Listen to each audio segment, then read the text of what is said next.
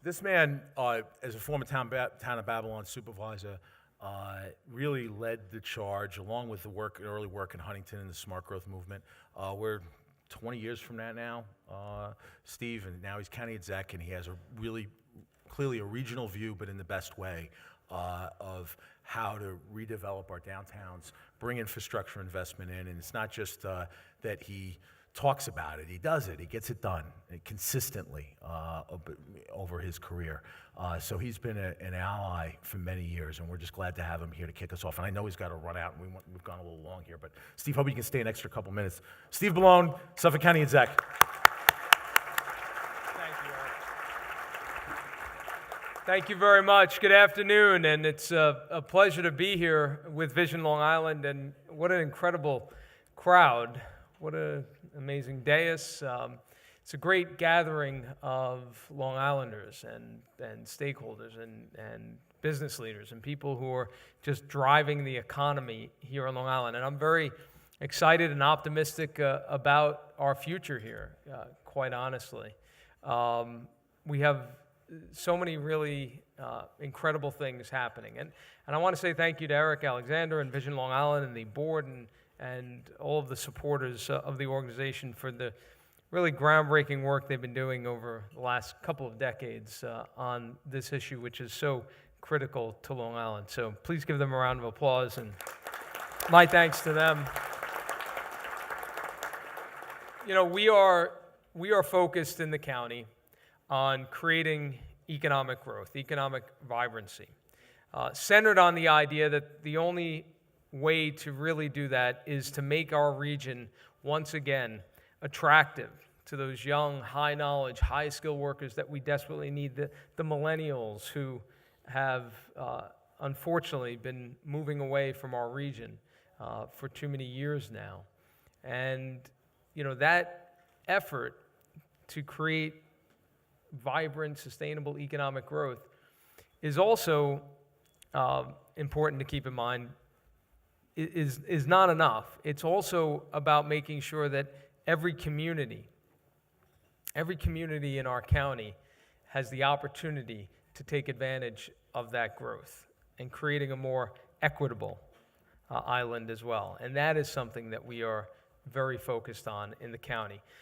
And our economic development plan, you've heard this plan before, Connect Long Island. The idea is, for us, is creating this series of vibrant downtowns that are filled with innovation jobs, that are really well connected to one another by public transportation, that have all of the things that young people want and need in order to thrive here, and that's the kind of quality, affordable rental housing they need, the vibrancy that they desperately want, the connections with transportation, not having to get into a car every time they need to go somewhere, access to shops and restaurants and all of those things. We have the opportunity to do that here. And the great news is it is happening. You're seeing it. You're involved in it. Big transformation infrastructure projects that are happening. I want to thank Governor Cuomo for really being a leader in driving forward these projects that are so critical on Long Island. Right now, East Side access is well, I'm not sure when it's finishing, but it is under construction, but that is going to be completed. And we also have double track under construction and third track. You put those three projects together, they are transformative and game-changing for our region because they're creating the through capacity to move people back and forth across this region, for businesses here to be able to access talent across the tri-state region and bring them here. That's going to help us to attract businesses here into Suffolk County and young people back here as well. So we have the Ronkonkoma Hub groundbreaking that just happened, the Wyandanch Rising project, the amazing work that's happening in Patchogue, the revitalization of the downtown in Bayshore. We have great things happening in Kings Park now and places like Lindenhurst and Amityville. So I'm grateful for that. But I wanted to and excited about that. But I wanted to close out really by raising an issue that is, I think, of critical importance to Long Island and that I know you're aware of.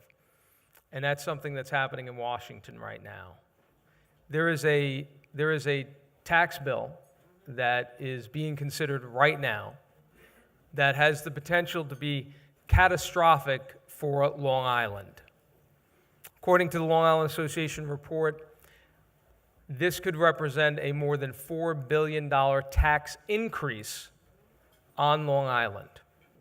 Now, when you consider the fact that as a region, we, as Long Islanders, already send $23 billion more to Washington than we get in return, the idea that we would be subsidizing, as a region, tax cuts in other communities across the country is outrageous and should not happen. This is not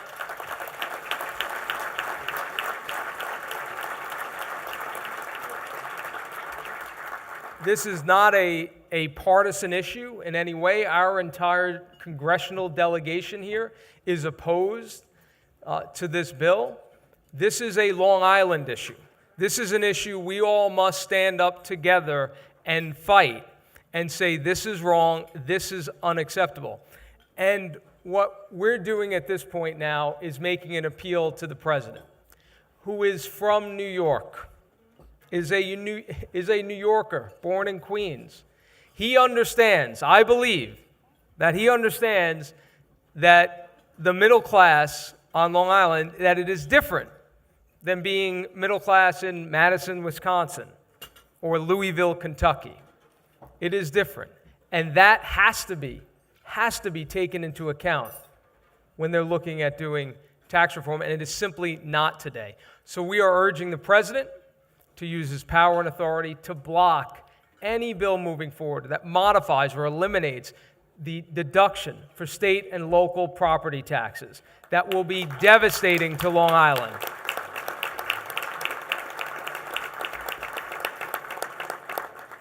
I'm going to be working with my fellow county executives around the state on this issue, continuing to work with all of my colleagues, and I thank all of my colleagues in government who are here for the work that they are doing and the partnership that we have. We have an online petition. I urge you to go check that out. Sign the online petition in just a few short days. We're almost at 1,000 signatures. We need to get that into the thousands. It is on my Facebook page, facebook.com/Steve Bellone. Please push that out. Get as many signatures as we can. We have to raise the alarm and make sure that this does not happen to Long Island, because what we will see happen, not only will this be a direct hit to middle-class families in terms of their pocketbook, we're going to see lower consumer spending. E.J. McMahon from the Manhattan Policy Institute put out a report saying that this could cause a 20% drop in home values. Just as we are working to make Long Island more competitive, more efficient, more attractive to young people and to millennials, the last thing that we need is something like this, which amounts to an assault on Long Island. We need to stop it. We're urging the president to help us do that. I'm urging you to do everything you can to get that message out. And last thing,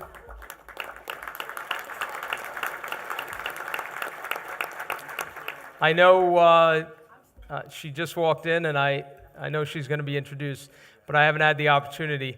I want to congratulate County Executive-elect Laura Curran and just say that I am incredibly excited about the opportunity to work with her for Long Island together to promote our interests here. Congratulations, Laura, and thank you very much, everyone.